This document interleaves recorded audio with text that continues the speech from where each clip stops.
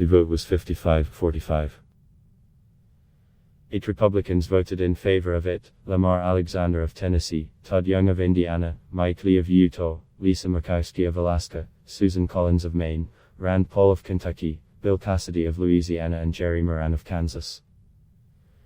The president warned the Senate not to greenlight the measure on Wednesday, tweeting that, "It is very important for our country's security that the United States Senate not vote for the Iran War Powers Resolution," and adding, "If my hands were tied, Iran would have a field day."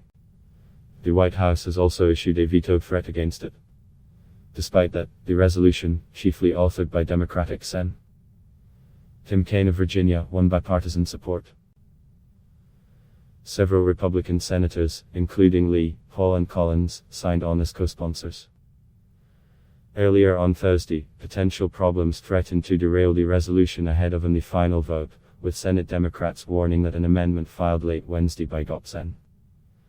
Tom Cotton, that Democrats described as a poison pill, could draw enough support to pass and possibly make it difficult for the underlying bipartisan War Powers Resolution to maintain majority support. Ultimately, however, the Senate defeated the controversial amendment, clearing the way for final passage. The Senate voted to table, or kill, the amendment. The resolution directs the president to terminate the use of United States armed forces for hostilities against the Islamic Republic of Iran or any part of its government or military, unless explicitly authorized by a declaration of war or specific authorization for use of military force against Iran.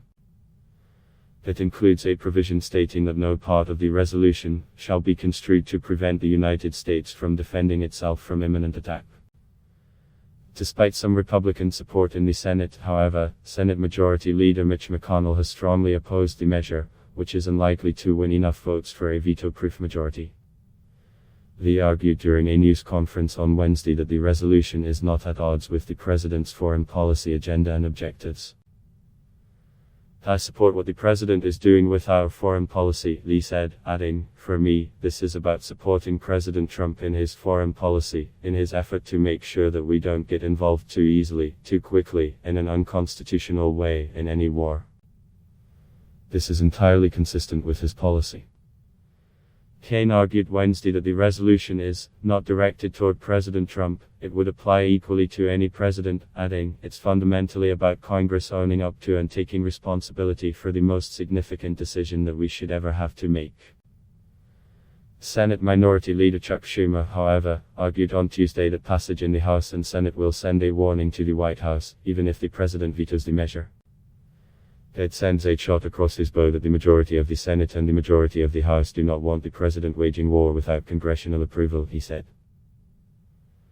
Debate on the Iran War Powers Resolution comes in the wake of a divisive impeachment trial in the Senate, which temporarily put consideration of the measure on hold as it stalled other legislative business while the proceedings, which ended in acquittal of the president, played out. Kaine introduced the War Powers Resolution last month following the president's decision to order a strike that killed Iranian commander Qasem Soleimani. The House passed a similar resolution last month, but since the structure and text of the Senate resolution is not identical, the War Powers Resolution introduced by Kaine would need to be voted on by the House after it gets a Senate vote before going to the president's desk. This story has been updated with additional developments Thursday. CNN's Phil Mattingly contributed to this report.